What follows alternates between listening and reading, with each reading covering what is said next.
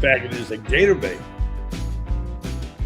Panhandle podcast, meaning for all your friends down here in the Panhandle area, stay tuned. Something will be coming up soon about you didn't know. And my partner, Rob Browne will be along later. This is Rob 1. Panhandle Rob is with us today, and we're back on a sort of a new, different branding here. Rob, good morning to you. Good morning. It's great to be here. Yeah, and we have done this show under different flags in past, under the Buddy Martin Show, and we've done it as a GatorBait Club panel podcast, of which Rob is a member of the board. And now we start a new theme, a new name, a new branding it's called the Panhandle. It's called the GatorBait. I'll get it right. GatorBait, everybody. GatorBait Panhandle Podcast. And it's on every couple of weeks now. It'll be Rob and myself, this Rob 1, Rob 2. Rob 1 is right in front of me there. Rob Dotson and Rob Browne from up in Memphis is coming up a little bit later on. And you might say, what's the guy in Memphis got to add? A lot. He knows the Panhandle better than me and Rob 1 do. He's been coming here for about a half a century. And Rob will join us in a little bit to talk about some things. And then we've got a special guest. He's got some exciting news. I'll let him share it with you. Our friend Paul Wilson of ESPN Northwest Florida will be on the show a little bit later. He's got some good news about a special program he's got. And meanwhile, we'll do what we do. That's Rob and I just chewing the fat, talking. There's some things to talk about this week. We're going to be able to talk. It was a bitter pill to swallow for us, Rob, here a couple of days ago, and everybody's licking their wounds, and it's starting to heal up. But just when we thought everything was lost, we started getting some good news this week out of Gainesville, and we're optimistic now that the loss of the game in Iowa, and it was a painful loss for you Gator fans, it's not going to be the end here. We're getting news back every day of new things happening. And the most important one was who's coming back, Rob. That's just awesome news. As far as the Gators' loss, I guess I'll put it like a good coach would put it also. One play does not define the game. Okay, yes, it was the most impactful play, but the whole game came up to the end. So, Boogie did what he could. A lot of people pointing the finger at him. No, just that one play. Iowa executed that play to near perfection, and we didn't defend it really well. But as a result, congratulations to Iowa. They did what they had to do. And won last night. And by the way, that he's referring to the story that came out because initially, and I saw it with my own eyes, there was a dispatch that said he was going to the dreaded transfer portal. And that'd be a tragedy because, number one, he's a big loss to the team. He's only a sophomore, by the way. He really played well during the season at times. Yeah, he made some mistakes. And he made a mistake on the coverage of Sturt in the final 8.9 seconds. Yeah. Was put into a situation, and Florida was pressing when they should have been pressing. And the one thing that could beat you, the only thing that could beat you, the three. And lo and behold, the guy gets it off his Boogie fans, man, makes the three. Many ways, this has been replayed. What should have happened. We know now Florida wanted to foul early and wanted Iowa to have to make both foul shots. And even if they do, Florida gets the ball back, tie game, chance to win it. The worst thing that happened was for them to get a three, and they got it. Now, the good news is Boogie, whatever he was thinking about before, apparently he's got his mind clear. He announced yesterday he is returning. And this is on top of news about more players coming back. And we'll outline this for you a little later in the program. Is that now also we just heard about guard Urban Klosvar, the best shooter on the team. He now will return for next year. And there's other good news looming about other players. We know, look, Thomas Hoff, my favorite player. I love watching you play. He's gone, and he's going to be a lottery pick, probably more than likely. If not, at least a high first round. He's got to go take the money. I get it. would be nice if he come back.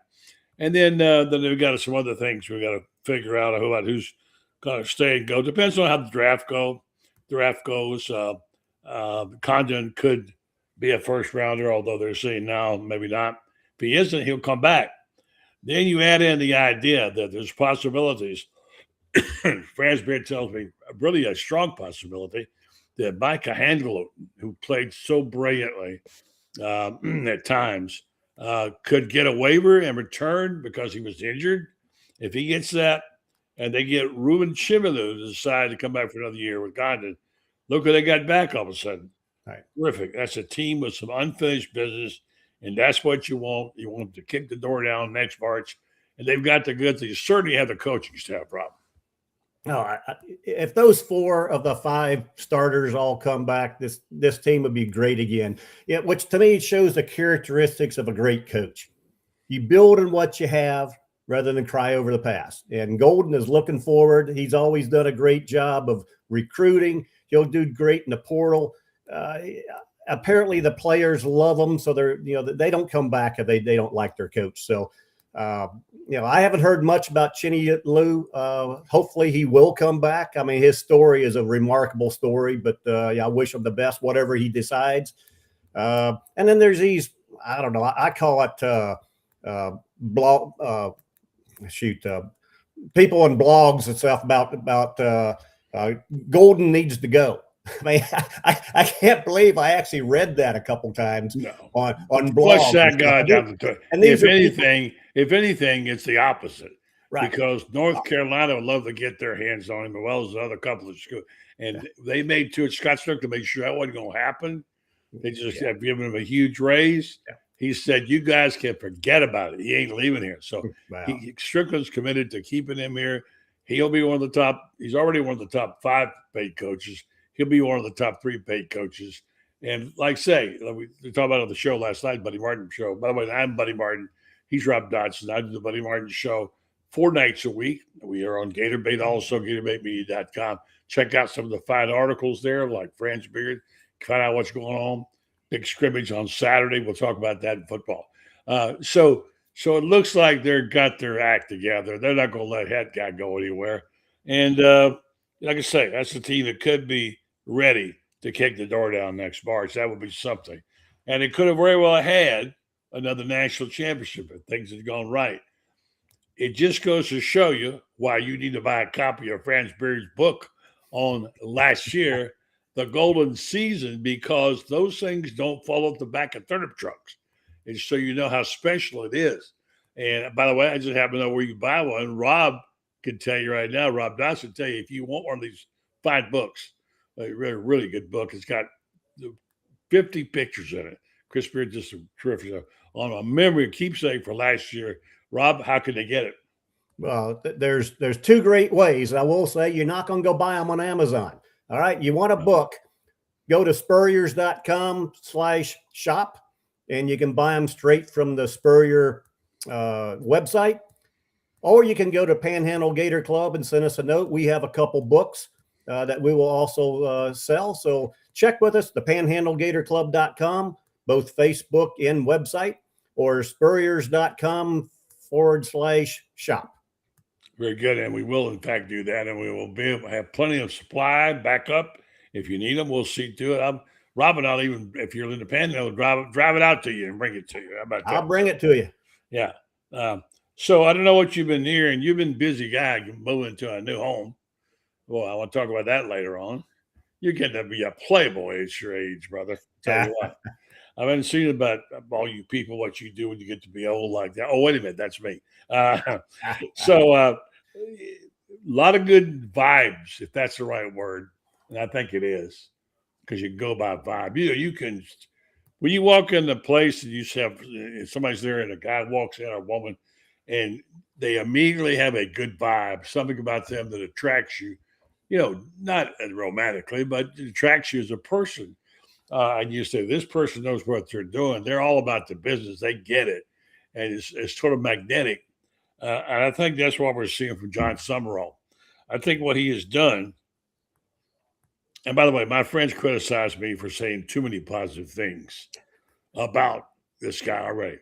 Look, that's kind of I am. I size up people in a hurry. I don't mess around.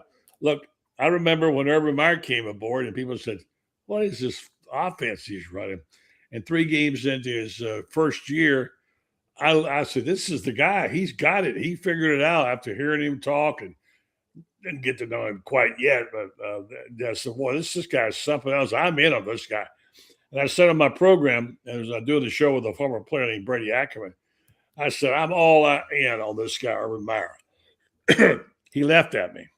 I said, "You kidding me? How can you do that?" Now, I get a lot of grief from my friends here. My good friend Lauren Meadows last night chewed me out a little bit for being overly optimistic about Summerall. And I'm not making that a prediction. I'm not saying, "Hey, look, he's going to win a national championship." I know what I feel when I see. I've seen every coach come through here for the last 45 years of football. And I've had some I liked, most I didn't. There's only been 2 or 3 I signed off on. I never totally bought in to the last guy. And I still blame him for a lot of what's wrong with the program. And I'm not going to keep bashing the predecessor, but I'm just going to say I see change. I feel change. I feel the vibe. I see stuff going on. And after having interviewed Coach Summerall on my program, and chatting with him a few times and in his press conference and reading about him and his staff members, very impressive people too. I'm beginning to think this is the right guy. How does it translate to wins? I don't know yet, but I think this is the right guy. And we can say, "Oh, well, with Lane Kiffin, aren't we lucky?" And, I would love to have had Lane Kiffin, but he wasn't available. And I'm not so sure we didn't do just as well with the guy we got. That's my take on it. That's how I'm rolling right now. So I think we're going to see some things in the very near future. I was able to hear some podcasts my friend Allie Pete Wilbur did. She did a fantastic podcast, a couple of them, on staff members, because staff members can suddenly talk now, unlike the previous regime. And we got some insight from the strength and conditioning coach and the special teams coordinator. In long interviews with Allie, she taught a master class on getting people to talk because she knows a little football. And she talked to them on their terms, and they were so impressed. And I heard one coach say, I heard the special teams coach say to her on the show, "That's the single best question I've ever been asked about special teams." Allie Pete Wilbur. That's a high compliment. So I'm pretty high on it. I'm excited for it. I think we got something going on. What do you think? Well, yeah, it's exciting. I know you say people get on to you about talking too positive. It's not just you. It's everywhere. Every sports journalist, every recruit, all I hear is positive. Like there's a new energy. You got a recruit that was back in the Napier's day, and he comes back now under our new coach, and he says it's a whole different atmosphere. I mean, I keep hearing energy and excitement. So, Summerall is doing just a great job. I'm like you. I'm all positive on what I'm hearing. Obviously, we'll have to wait till this weekend and stuff. We got some spring games coming up. Well, I got a scrimmage on Saturday. It's going to be interesting. I made scrimmage. I'm sorry, scrimmage. Excuse me. Yeah, spring game is on the Saturday. 11th, I believe. The scrimmages show a little bit. They're not going to show too much, but they are going to go out. And, the quarterback battle. I understand. Trammell Jones is doing a great job with Philo. So, overall, there's nothing but positive around this team right now. So, you run with it, you go with it, and you talk about it. Speaking of positive, you got a positive comment about people who might want to be an advertiser or sponsor on this show. And folks, I apologize for so many iterations of what we do. It's still the same thing. And we might even do it more often, but we're doing it every other week now. Rob and I, and Rob Brown is going to come on with us. Now we've got Paul Wilson, who's a terrific talk show host today. He'll be bouncing in and out with us. And if you like it, we hope you. It's about the Panhandle particularly. I know you got a hot Panhandle story to talk about in a minute. But first, tell them about if they want to sponsor something on this program, what to do and how to get in touch, and we can take care of that. Well, absolutely. This whole podcast is about the Panhandle of Florida. It's not just the Florida Gators. It's Alabama, Auburn, Florida State, Georgia. We have them all up here. That's why they call it LA. Some people want to call it Lower Alabama. Well, in some ways it is because they speak like they're from Alabama, but we're all one big group of SEC sports fanatics. And then we have that one other ACC school in the area. But like you said, we want people to come join us, come sponsor this program so you can get out there and get with people in the Panhandle. We are a local podcast. Although we podcast and broadcast nationally, we're for the Panhandle, not just college, not just high school. We're talking about athletics, events, etc. And like Buddy said, there's a great story going on here. The Division I basketball is you got a little breaking news here and a good story. You and Paul Wilson will talk about it later. Tell us the good news. We sure will. We got a great junior college here. Well, tell us about it. Well, we have a basketball program here, Gulf Coast State College, the Commodores, in which, you figure junior college, sure. Men's basketball, sure. But this team, this junior college, it has both its men and women's teams in the basketball championship.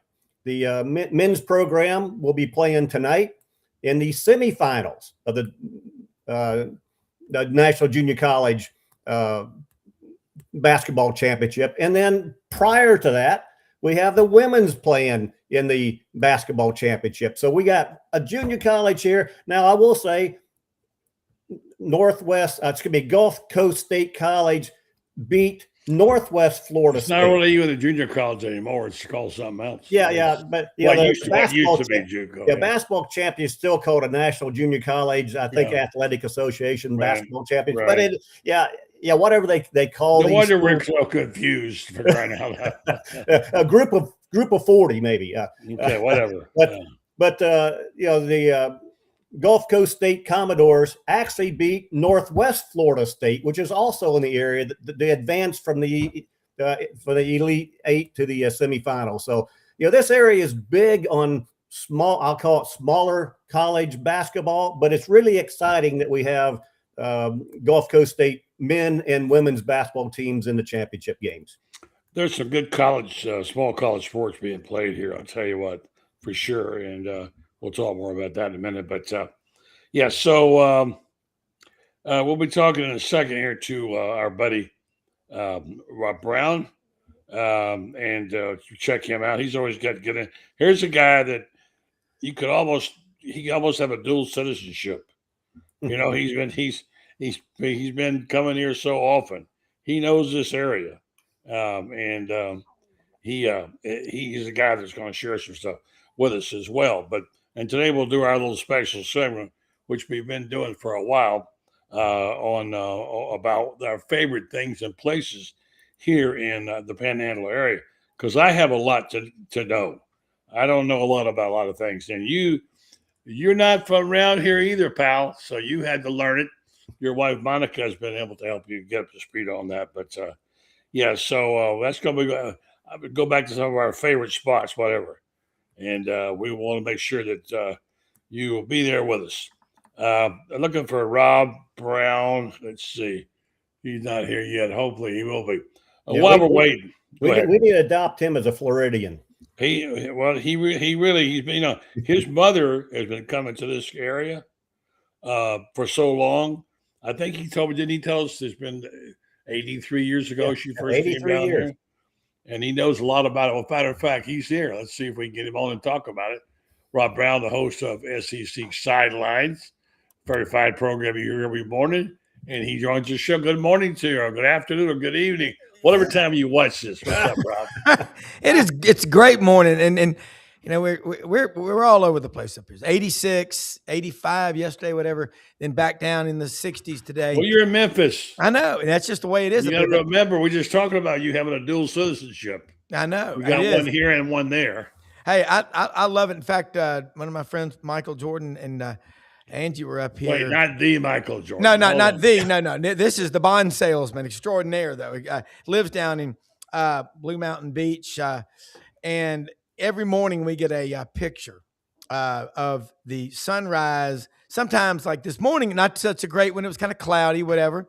But Man, I love it. Watch the video this morning. Had a bunch of porpoises out there in the Gulf, and a lot of you can always tell a shark swims like that. A porpoise just rolls, and that is so cool. That's one of the coolest things to do on the Panhandle is watch the porpoises, and then when they start going after schools of fish, that is the sight to see, man. And if you've ever been underwater, it's kind of scary.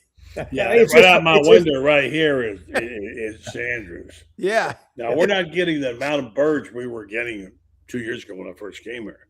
I don't know what happened to them. We had pelicans and all kinds of birds. It's been some kind of migratory pattern, but the water's clear. Every now and then we'll get a roll or two like that. What's really neat is when the mullet are running, and then that gets things rolling. And I know Rob One over there has got a new place he's going to talk about later too. He's going to have a great view of. You've heard of Margaritaville, right, Rob Brown? Yes. He's going to live in the real Margaritaville.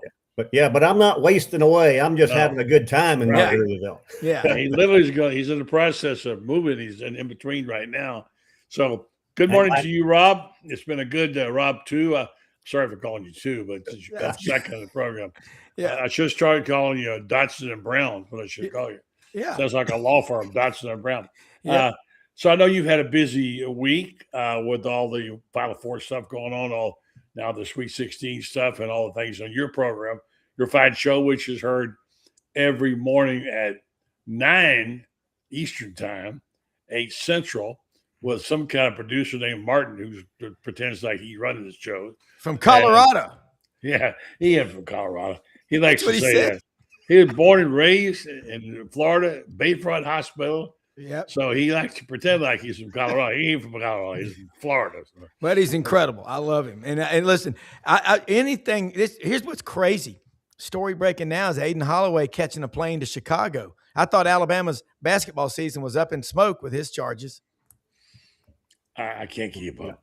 I'm just trying to nurture Florida through their loss to Iowa and get to the next step. I know nobody took it harder than Rob Brown, and he's not even a Gator fan. Well, I don't like being wrong, and I went and I put him in my Final Four, but I was concerned because I said, man, the guards, they don't shoot like last year with Elijah Martin and Walter Clayton Jr., but they're good. But there's a guy historic three guys on made the NBA. You aren't going to ever have that again anywhere. Yeah. And I thought the big guys would overcome all that because Florida's got 5 big guys that are so talented and so good. But they got Todd Golden, and I think he's one of the best coaches in college basketball. No doubt about that. Right? You get a big paycheck. And by the way, we were just talking about the good news about Boogie Flan announcing yesterday he's coming back. There was some doubt about after the way they game ended with Iowa because he kind of gave up the 3-pointer that lost the game. No. It wasn't his fault. Yeah, he played on defense. He was fantastic. Sturt, their best player, he buckled him down, man. And the one play got away from him, and Boogie has played so well. And Rob Dotson, you know this. He has played so well. One game he had 7 steals. 7 steals. And he's a good defender. He's a good scorer. He's a good player. Good distributor of the ball. Good handle, man. So I was really glad that I was afraid the bitter taste of defeat, Rob Brown was going to make him say, you know what, I give up. I'm going to go someplace else. No way. That kid, everybody needs to watch Rick Pitino's locker room rant last year in the tournament when he was like, what kind of people are you? You can't handle when something doesn't go your way. You're just going to quit. I think that narrative has got to be put in the trash. Boogie Flan, that's huge for Florida. Not just for Florida, but it's the people he's going to attract that want to come play with Already him. Urban Klubsar said yesterday he's coming back. There you go. Yeah. Good stuff to him. That's huge. It's retention of your current team, and then it's guys in the portal. And then I say, thirdly, recruiting, high school recruiting. We've forgotten about that. We have. Why bother? Yeah, why bother? Yeah, I mean, what does it mean anymore to get a commitment? No, nothing. Yeah, I was talking to Urban Meyer about this, and he said he was having a conversation with a coach about recruiting. Urban was the king of recruiting. He said, "I like it better this way. I ain't gonna mess around and just say how much." Instead of going through all the romancing and the dinners and all this stuff. Not much. Just give me that number right now. So I guess that's one way of looking at it. Purely from a commercial capitalism position, but the budget. Can you believe Kentucky had a $22 million budget? Rob Brown and Rob Dotson, $22 million. How long can that be sustained? I mean, how long are the alumni going to keep pumping money in at that rate? I don't know, Rob. I think maybe it may be already starting to impact his situation in Kentucky. What do you think? I mean, just look at NIL and the portal, but the money that you put into a roster, like the stock market. You can't keep going to your clients forever if you're losing their money. I mean, you're not going to make money on every stock pick or every fund or every portfolio, but long-term, you got to have balance. And I'm with all of y'all and everybody watching. It isn't sustainable. Right now, it's a flashy thing. I don't think old money invests in NIL. New money does. Old money gets nervous when they touch their principal. They like dividends and interest coming off their stuff. So they love to buy municipal bonds. I've sold tons of them over the years. I think Kentucky, it's not unbelievable. They are nuts about basketball. But you know what? Kevin Skarbinski said on our channel a couple of days ago, does that great podcast, Scarbo Knows, said this is the longest drought in Kentucky history since they've made the Elite Eight. Last time they were in the Elite Eight was in 2019, and Auburn beat them in overtime. Look, when the SEC decided to make basketball important, look what's happened to Kentucky. It's not an accident. It's because everybody else is getting serious, and they're not handling it very well at all. You know who else is getting serious? It's the football fans of Florida. Yeah. They are really hyped up for this thing. And, you know, the smartest thing that Summerall did was, I'm going to go direct to the people. I'm going to talk to the people. I'm going to show up at all the games. I'm going to talk to the fans. I'm going to take pictures. I'm going to do interviews with people, more people. Even I got to do an interview with him. And he is now, we got to know who he is. And now that combined with the interviews I've been seeing from Alec Pete Wilbur with some of these assistant coaches, the strength and conditioning coach, special teams coach. Now I know who these people are. And I tell you, it's easier to buy in. That's the part that the previous coach never understood, is that you got to get to know the people. You can't just come flying through here with a rental car and think you can just be a local resident. And, you know, you got to buy in. Well, one thing I think we know is that John Summerall is bought in as a Gator. Yeah. I mean, how many coaches can bring into a practice on one day Urban Meyer on the sideline, Steve Spurrier on the sideline, I believe it was John Gruden, all three at the same time during a practice?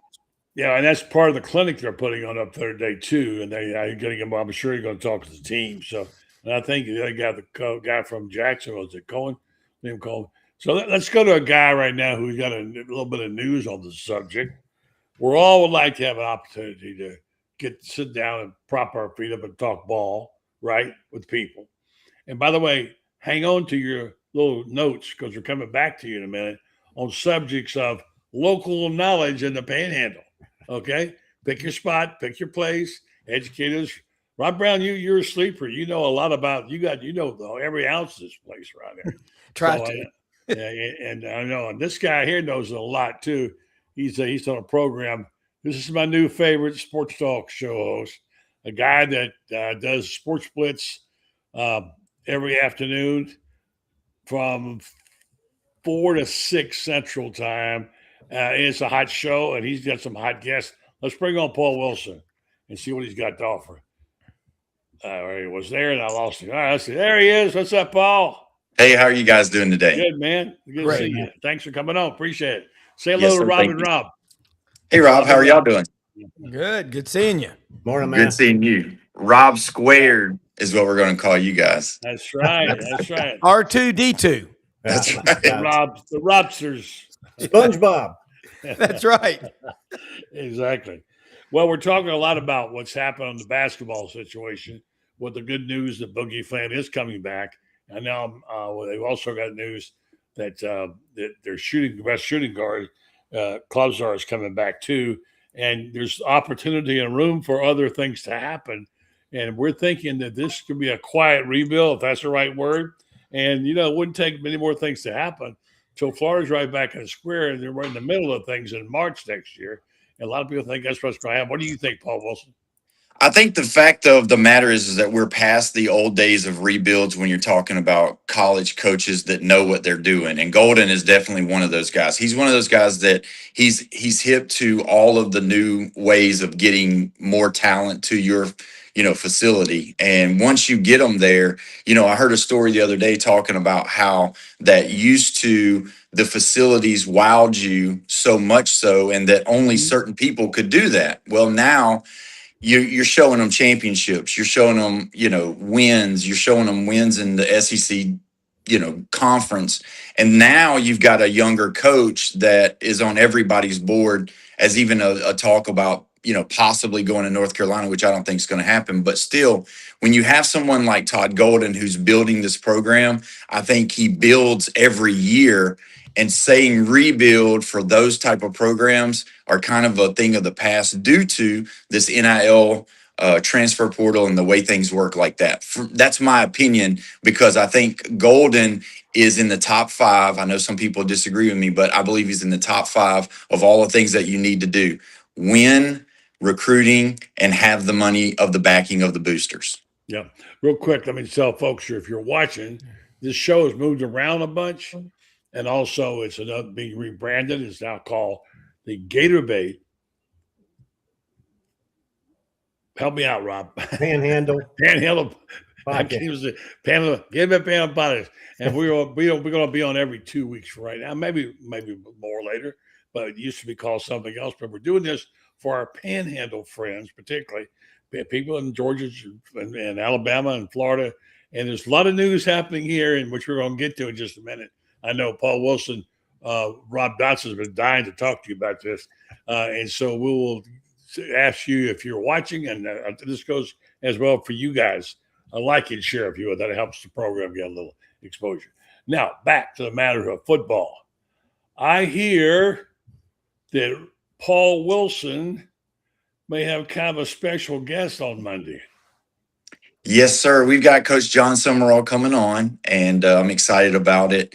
And, it'd be the first time I've met him, and definitely watched your guys' interview with him and some of the other interviews. And I'm really excited about it. He's excited. And we're just going to see, having all these people come in. I was listening to you guys early on, having all these other coaches coming in. That's going to be one of my questions, is when you did sit down in the office with these guys, Tom Coughlin, John Gruden, Urban Meyer, Steve Spurrier, all these guys, what are some of the things that they tried to instill in you as far as going forward in the program? Well, he said already he felt like he was more akin to Urban, and Urban said in his interview with him when he first talked to him, I felt like I was talking to myself. Yeah.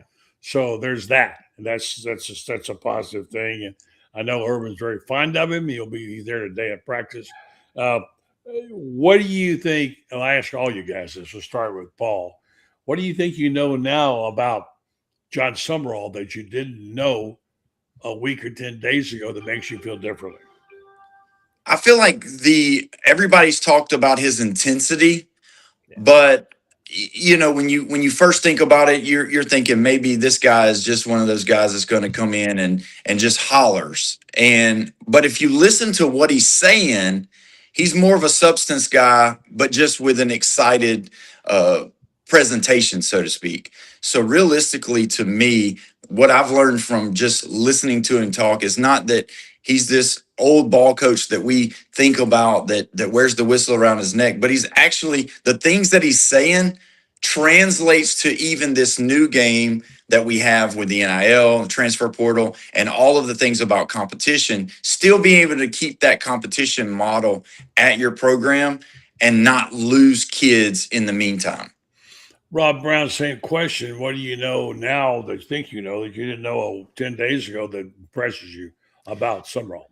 Well, it's just that he keeps going out and putting himself out there to the Gator Nation. I mean, Charlie Pell, you go back, y'all know this. When he came there, he did a mass appeal to the Gator fans and said, if you have a degree from here, great. If not, we still love you. Yeah, put on an orange shirt.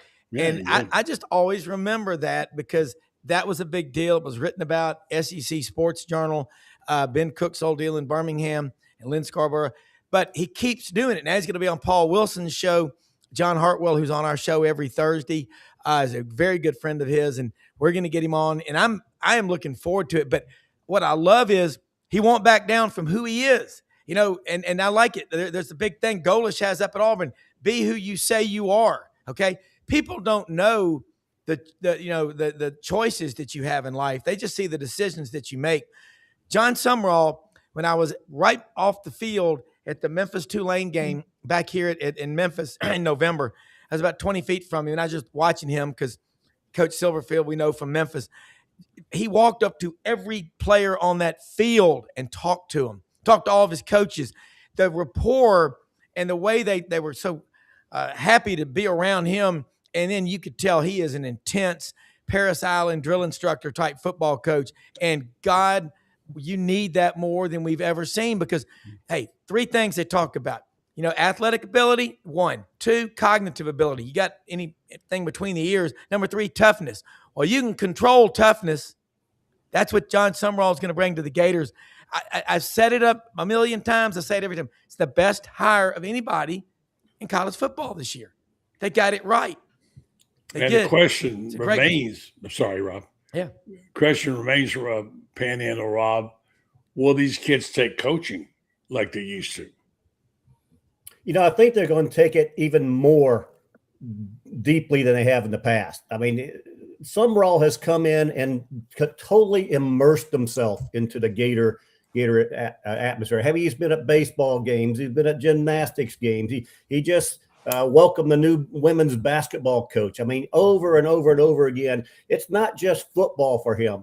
So I see that part of him that is really necessary for a good coach to come in. Then I have heard nothing but positive from the recruits. Recruits to me is the guide of what the coach is. And if recruits talk big and exciting, they love the energy, as Paul mentioned. They love how he brings their family in. How they, Jaden Ball talked about how when he was trying to get him to stay, was he brought his whole family in, his mom, his kids, his dog, etc., and basically made it a family event and stuff. And Jaden Ball said that was important to him and stuff. So I see Sumrall being a guy who is immersed not just in the football but the Gator culture. All right, Paul. The good point is he who he says he is? I hate to keep bringing this guy up, but Billy Napier, we still don't know who he is, and we never knew. We weren't going to know. Seemed like he didn't want us to know. That's a big difference right now in the program to me, because we got a guy who reveals himself to you, everything he's got, holds nothing back, and he says, "I'll never change no matter what happens." I think that's really impressive, Paul. Yeah, I agree with you. I think when you talk about Billy, you have to look at the whole scenario. And you just kind of got to wonder, was the job just too big for him? Yeah, and there was nothing that he could do. He was swimming in the deep end with one floaty. And that really, for the most part, is what happened with him. And now you see someone that not only doesn't have floaties in the deep end, but now he's jumping off the diving board, the high dive, and he's asking people to jump in with him. And if you can't make it, he'll save you. So, I mean, this guy's saying all the things that you want to hear, but you're seeing action behind it. So, I mean, it's not just a lot of talk. Now, obviously, we measure all of this by wins and losses. That's just what we do. But at the end of the day, we see something that's totally different. And when we know that it's different, then we know that there's been real change in the Gator program. That swimming pool scenario, that's a very good metaphor, because what he's saying to you remember when you're 4 or 5 years old and your parents are in the pool and says, "Come on, trust me, jump in the pool." He's asking for that commitment. Take the first step, jump in, and I will save you. That's an excellent illustration. I think that's what he's doing. And he's proven to be trustworthy. I want to talk about his staff for a second, though. And I want to get you guys to weigh in on a little bit of tidbit about the Panhandle to educate me and others who might be listening to this show. Again, this is the GatorBait Panhandle podcast. If you just found us, we're just relocated here. We'll be here regularly. We hope that you'll be back with us. We'll hope Paul will come back and talk to our Rob Square to talk about Gator sports and, by the way, other sports. And I know that Rob I know that Rob Dotson has a really important story he wants to ask you about.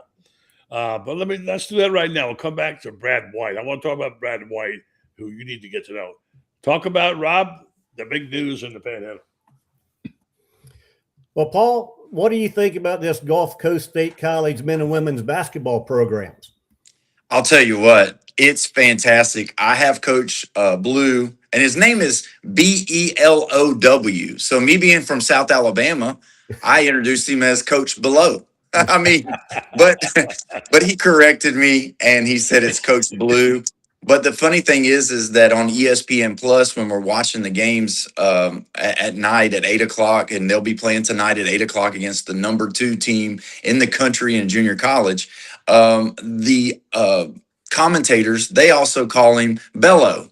So, we've got a little running joke right now that I'm like, hey, coach, they're calling you Bello. I've called you Below. He said, well, until we win enough, they'll start pronouncing my name right. So that's a good thing. But on the court stuff, these guys have really played good all year. And I don't know if a lot of people get a chance to watch junior college basketball. And a lot of times you think, well, junior college basketball is a step down from Division I. No, it's really not, because it's just infiltrated with D1 prospects. I mean, the best player or the leading player for Gulf Coast is Trent Lincoln. He signed with TCU, who made it to the tournament. So these guys are, every team that's going to be playing in this Final Four that they're in is Division I talent. They're signed. Some of them are signed already. But it's really good basketball, and they've just made a run. And I mean, if you could say one thing about this team is that they're a 14 seed and they made the Final Four. So that speaks volumes. They're playing a team tonight that has lost 2 ball games all year long, and they were close. And their tournament games that they've beat they've won by double digits every night. So it's going to be a tall task, but it's definitely, this team is hot.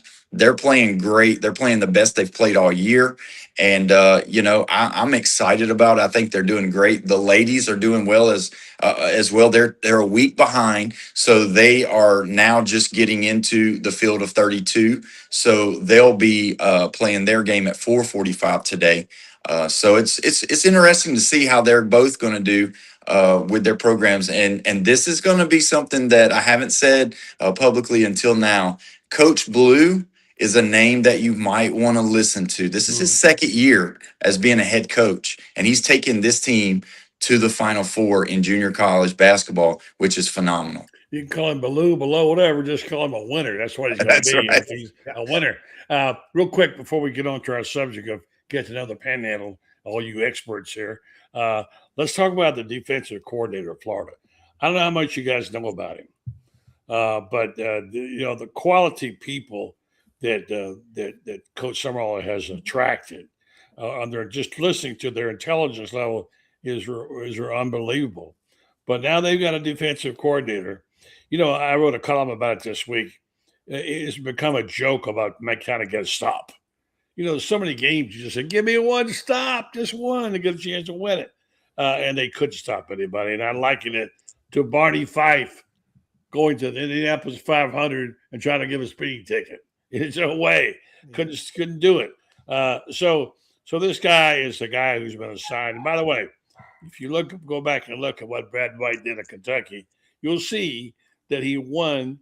His defense prevailed in 5 of the last 8 games against Kentucky against the Florida Gators. What does that tell us, Rob Brown? Well, you're thinking about winning all these, close games. I will say this about Brad White. When I was watching Kentucky, I kept saying, how do they play Georgia to these 13-12, 16-13, 13-10 games? How do they mess with Kiffin's offense? And the common denominator was always Brad White. And he's really good. Now he's going to have, I believe, better talent.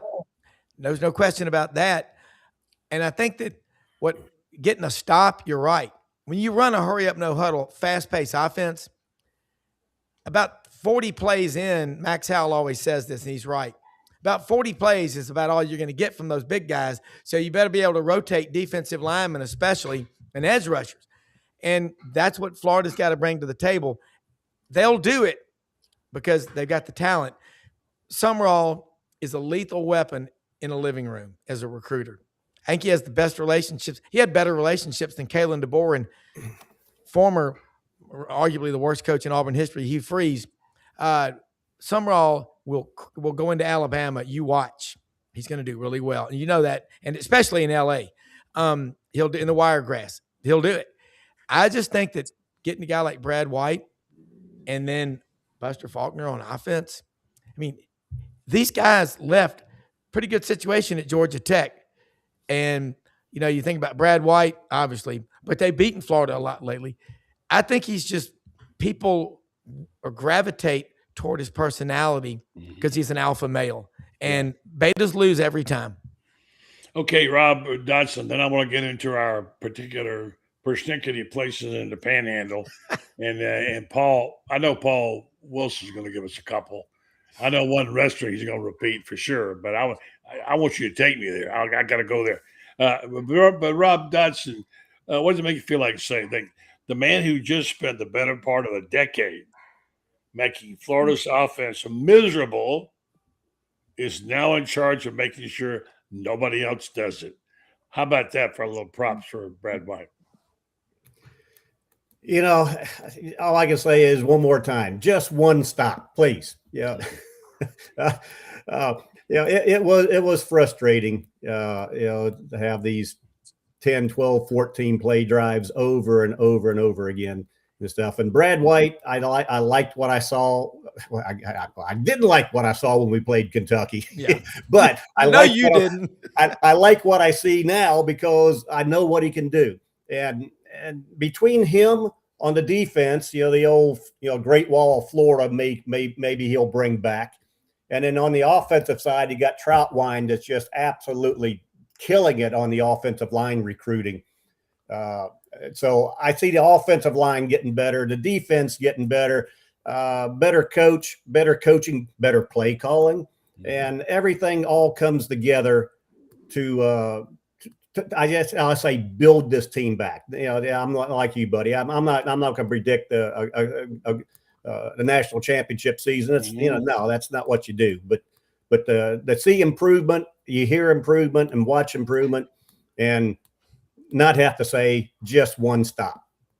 All right, Paul. Before we launch into our Panhandle persnickety segment, talk about your show a little bit, will you? Because I think some people are just hearing about you for the first time, but you're very popular out here and you've been great success.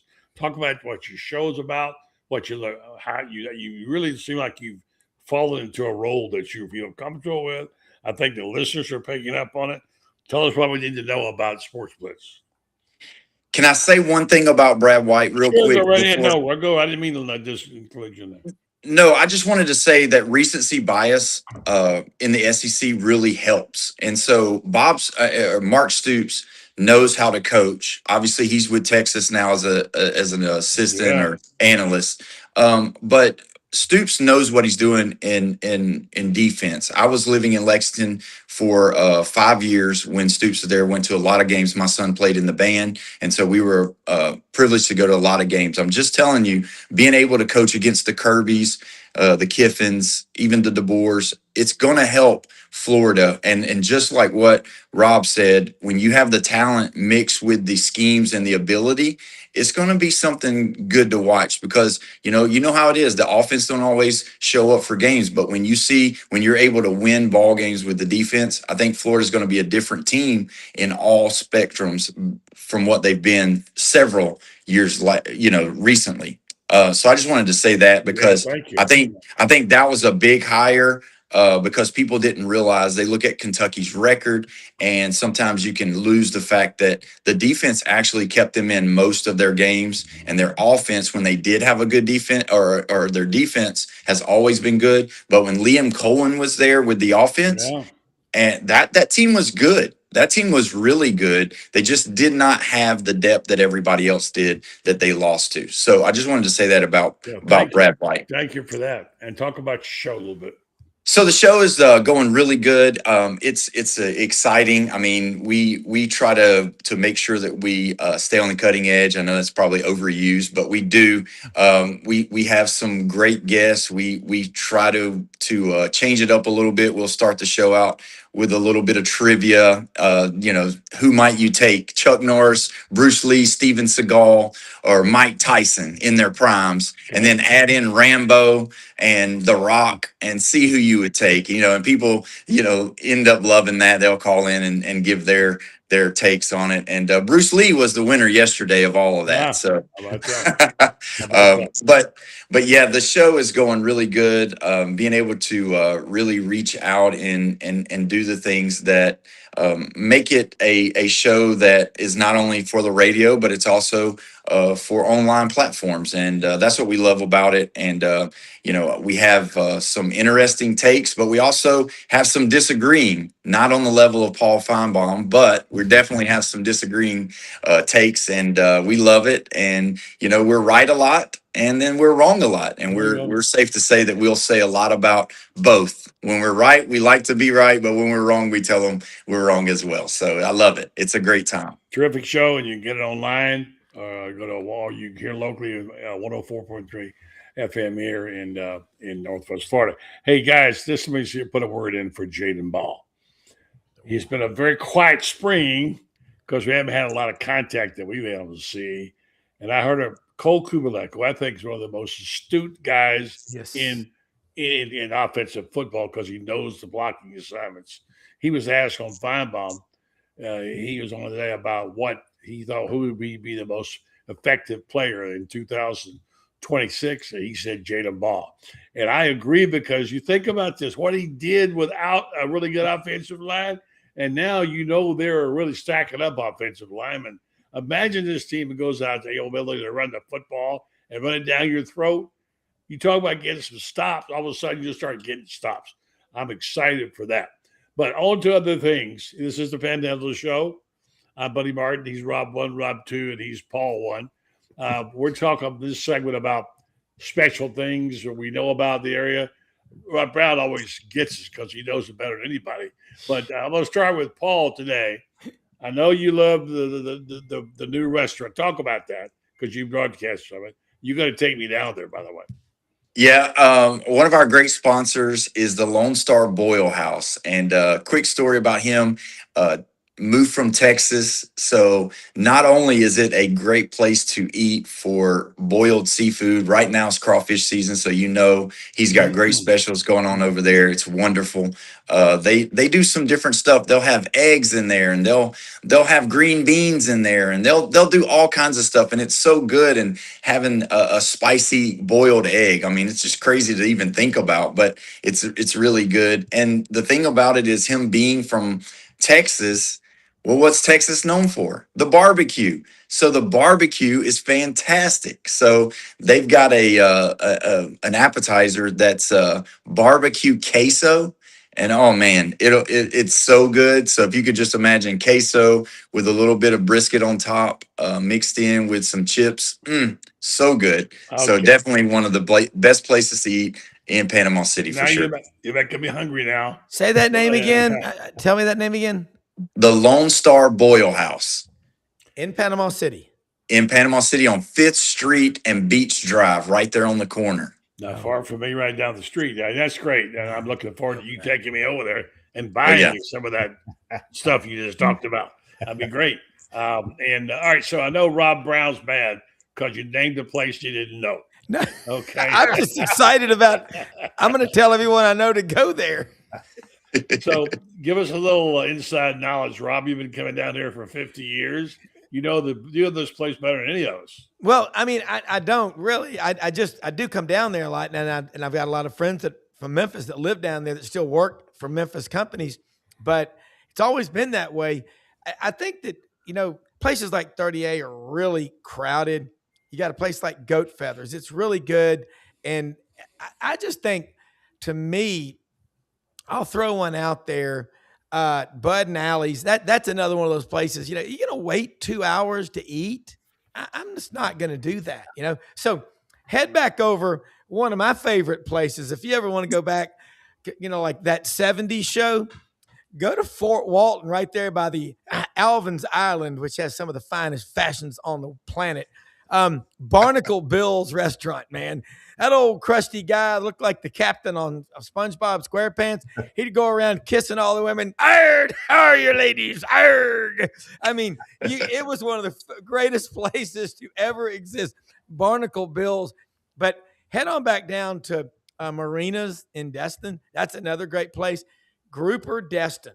One of my mom got that recipe from Marinas, but you take a grouper fillet, put fresh squeezed lemon juice all over it, squeeze the lemons on it, and then you mix in a puree, 1/3 real butter, 1/3 mayonnaise, and 1/3 Parmesan cheese. And then just baste that all over that grouper, bake it on 350 for about 25 minutes, take it out, check on it, put some more Parmesan cheese on top of it, another 10 minutes, and serve it over some good caramelized or mushroom risotto with a good salad and a good cold Ham's beer or wine or whatever you like.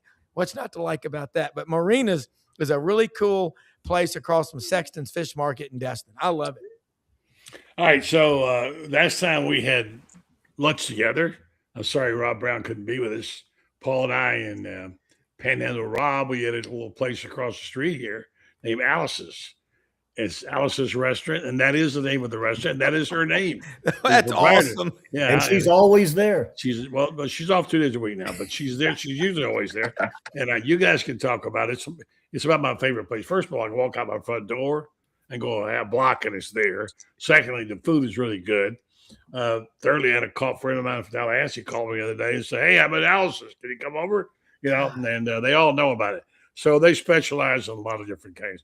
But their service is good, their food is good, and Alice's is great. So if you're ever in the area, go to Alice's on Bayview. You won't be disappointed. Rob Dotson, your turn, and then we're going to say goodbye.